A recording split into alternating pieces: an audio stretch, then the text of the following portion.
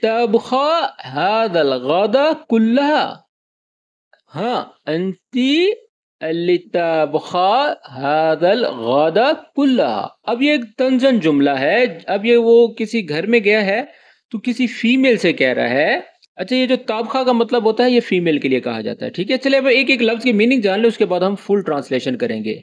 इंती का मतलब होता है तुम, यानी कि फीमेल के लिए। अली का मतलब होता है यानी कि जो या ये, ठीक है ना। यहाँ पर इसकी ये का जो है इसका मीनिंग आएगा, यानी कि ये जो सारा ताबखा है, ताबखा बोलते हैं यानी कि ये जो खाना पकाया हुआ है, ठीक है ना, किसी चीज़ का पका होना, अतबुख यानी कि पकाओ, ताबखा यानी कि ये सब चीज़ें जो पकी पड़ी हैं, हादल गदा, गदा बोलते हैं यानी कि दोपहर के खाने को, और कुल्लहा सब, ठीक है।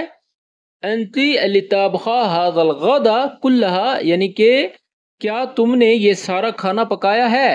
अगर जैसे मिसाल के तौर पर आप किसी फीमेल से पूछना चाहते हैं कि ये सब जितना भी है ये कि तुमने पकाया है, तो फिर आप ये इजीली बोल सकते हैं इंती लिताबखा हादल गदा कुल्लहा, ठीक है। और गदा जो है दोपहर के खाने को कहा जाता है। और इंग्लिश में बोलेंगे did you cook all this food.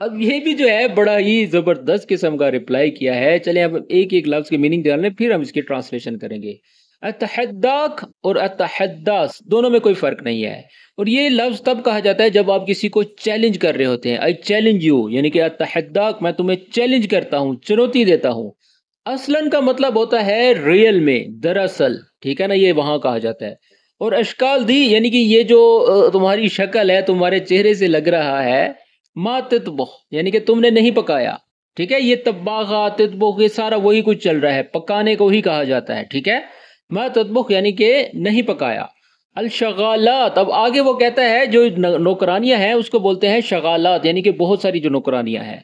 अल शगालात यानी कि नौकरानियां, अली जो, ततबखा यानी कि उन्होंने ये पकाया है, ठीक है। चलिए अब हम इसकी मुकम्मल ट्रांसलेशन करते हैं ताकि आपको बआसानी समझ आ सके। अतहद्दाक असलन अल अशकाल दी मा ततबख, अल शगालात अली ततबखा, यानी कि तुम्हें चैलेंज करता हूं कि ये शक्लें पकाने वाली नहीं लगती, वो नौकरानियां हैं जो पकाती हैं। तो इंग्लिश में बोलेंगे I challenge you these kinds don't cook, it's the maids who cook, ठीक है। चलिए आगे भी जो है वीडियो बड़ी इंटरेस्टिंग होने वाली है, वीडियो को स्किप मत कीजिएगा। चलिए हम आगे देखते हैं क्या होता है।